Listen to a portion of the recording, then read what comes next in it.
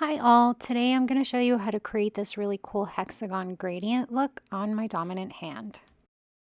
This look was inspired by these Nanoleaf accent lights that you can see here. I thought they were really cool and wanted to recreate something similar. So this is what my nails looked like when I started. You can tell they're really outgrown. I had done an ombre with blue thermal polygel and iridescent encapsulated glitter. As you can see, I like doing encapsulated glitter nail art on my dominant hand since it looks really nice and saves me the trouble of having to create really complex designs with my non-dominant hand. It's also less noticeable when it grows out since I usually use clear gel near the cuticle, and so you don't really see that margin of it growing as it grows out.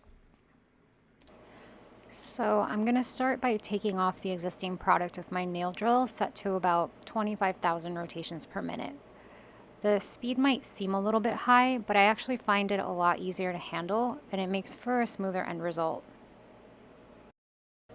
There's a little bit of lifting on my thumb, which I take off by going around the lifted part until it basically lifts off and comes off easily. It can take a little bit though, so you just really have to be patient, especially if you're using your non-dominant hand. You definitely don't want to overfile or, have it get away from you and file your skin. So as you can see, I'm trying to be as careful as possible here. Sorry about it going in and out of focus. I've been using my phone to record these videos, but I'm hoping to upgrade soon. So hopefully in the next videos and in perpetuity, they'll be a little bit better.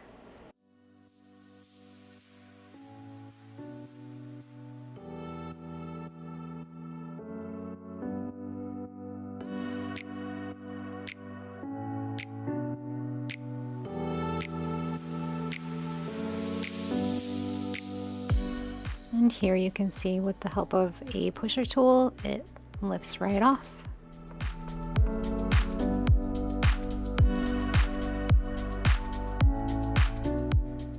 And I've also filed it enough that one of the pieces of glitter is coming off.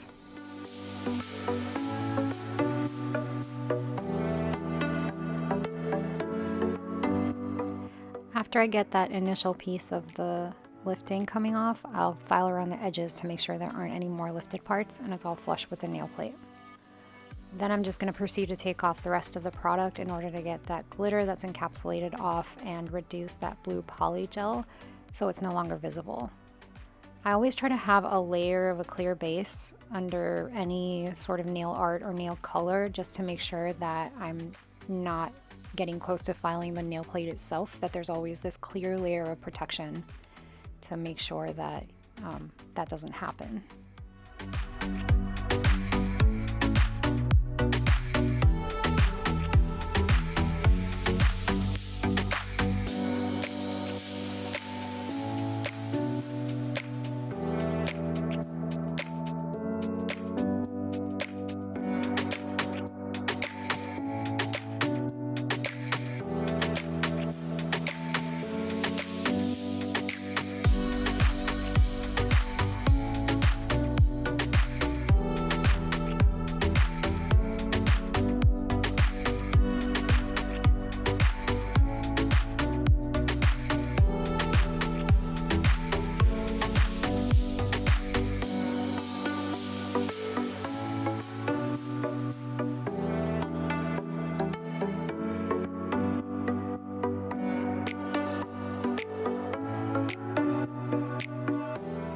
Now I'm going to take down the length of the nail with my nail drill. You can do this with nail tip cutters or a hand file, but I find I get more control with the drill instead of the cutters. And with a hand file, it just takes a really long time. But you have to be very careful though, because the drill can catch on the edge of the nail and sort of take off with a mind of its own and kind of go around your nail or other directions. So you want to keep as much control over it as possible at all times.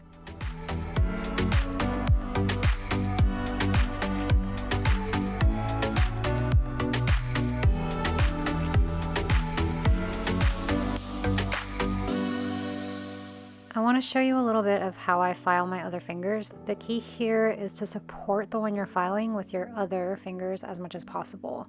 That way you can reduce the vibrations from the drill and you just have more overall control over the situation. You can see here that I've got my middle finger and pinky under my ring finger for support.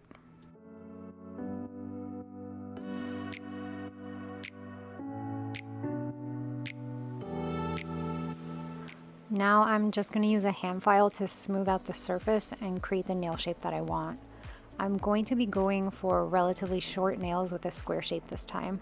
I like to change the length and shape of my nails pretty frequently. I get bored pretty easily, and there are times when I have to type more or less for work, so that always factors into what I choose. And here you can see I'm using the edge of the nail file to find the center of my nail and make sure that both sides are as symmetrical as possible.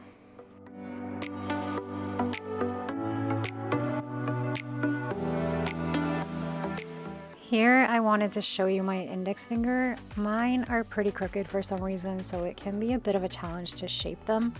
I just kind of try to find the center again with the edge of the file, using the size of my nail as a guide, and try to make it as symmetrical as possible.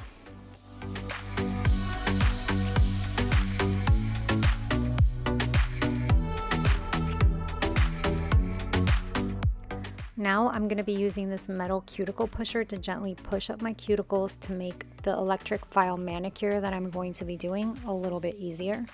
You don't have to do this, but I find that it helps me, so I generally do it pretty much every time.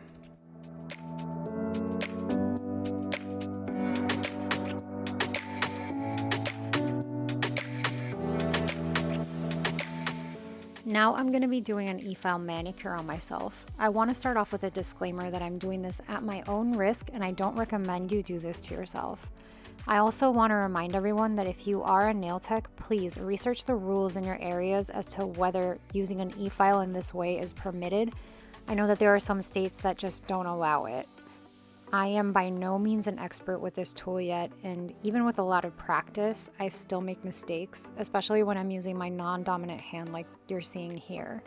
If you're interested in learning this technique, there are many other tutorials on YouTube or courses done by certified teachers that you can take. That being said, I'm using a red abrasion flame bit and I'm placing it as flat as possible against the nail plate, as well as angling it a little bit so that I can smoothly go under the proximal nail fold without digging into the nail plate itself. I've got the drill going in forward mode at about 13,000 rotations per minute and doing one side of my nail, and then I'll be switching it into reverse mode to do the other side. I'm also trying to use the other fingers of my right hand to sort of stabilize my hand with my other left hand. That way it reduces the shaking in your hands and the vibration from the bit, to try to get this done as smoothly as possible. You should also be able to see that I'm sort of pulling the drill up. I'm trying not to put any pressure on the nail plate. I'm literally putting the bit under the proximal nail fold and pulling up so that I don't overfile my actual nail plate.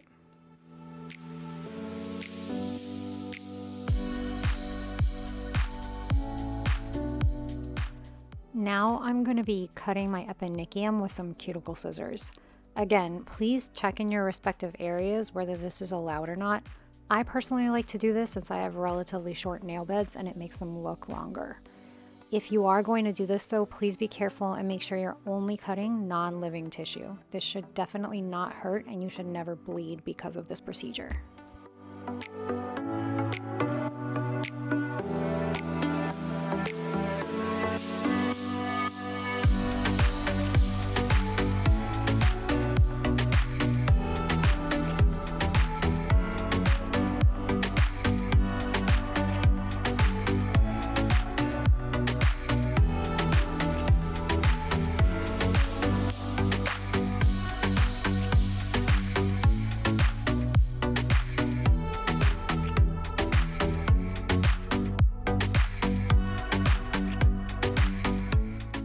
And now I'm just going to be taking off the surface shine on the outgrown part of my nail beds with a 180 grip buffer in order to prep them for applying the product.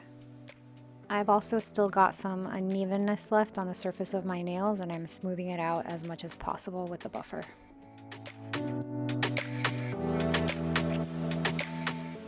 After this, I'll be washing my hands in order to get the dust off and then wiping my nails with alcohol. These are the glitters that I'll be working with today. I got these from AliExpress and we'll leave a link to them in the description box. However, I did realize as I was using them that the color bleeds a little bit sometimes with the product, so just keep that in mind. The pieces of glitter are pretty large and kind of flat, so I had to bend them a little bit in order to fit them properly on my nails. The best way I found to do this is to put them on my finger and roll them around a little bit with the pointed end of a round cuticle pusher, as you can see here. It can be a little bit of a challenge at first, but you eventually get the hang of it. Once I prepared the pieces I'll be using on my first nail, I'll dehydrate it with Accent Surebond Dehydrator. Dehydrators can contain acrylates, which can cause allergies, so please use caution and try not to touch your skin just like you would with any other gel product out there.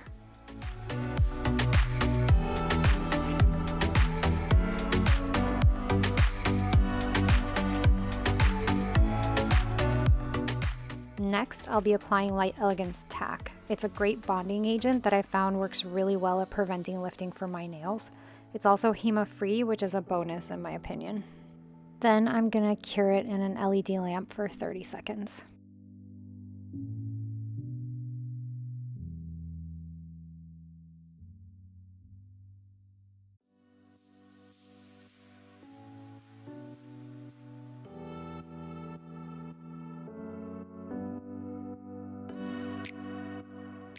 Now I'm going to be using Jimmy Gel as a base layer and curing for 60 seconds to create that protective layer I mentioned earlier in the video.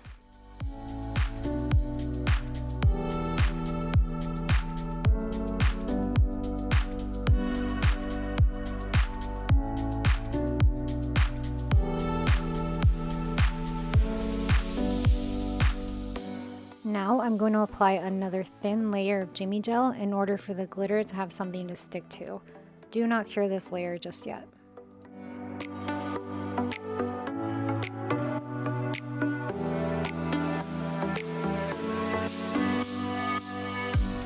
Now I'm going to pick up each piece of glitter and place it where I want it on my nail. The trick to this design is to make sure that the glitter is evenly spaced from each other and fit perfectly parallel to each other in order to create the same effect that I did.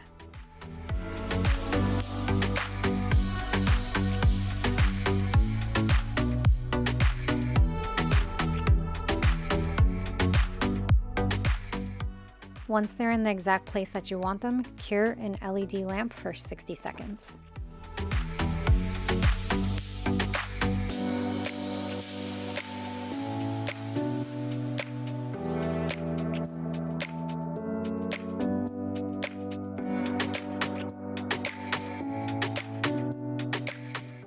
After curing, I'm going to build the structure of the nail with the Jimmy Gel on top of the glitter.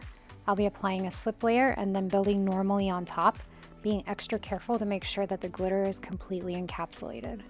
By the way, you don't have to use Jimmy Gel or any of the brands that I've mentioned. I'm just telling you what I use.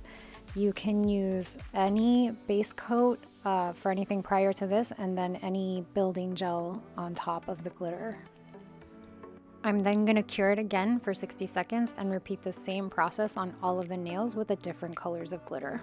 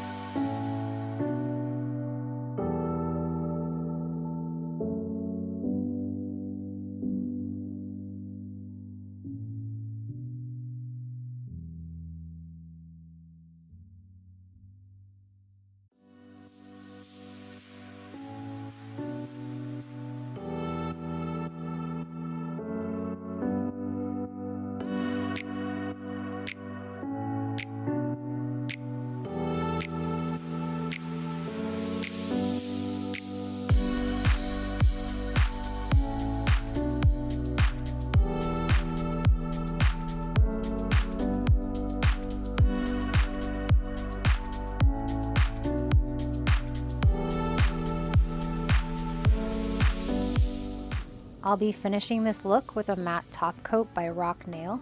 I'm a huge fan of matte finishes and this brand is really good.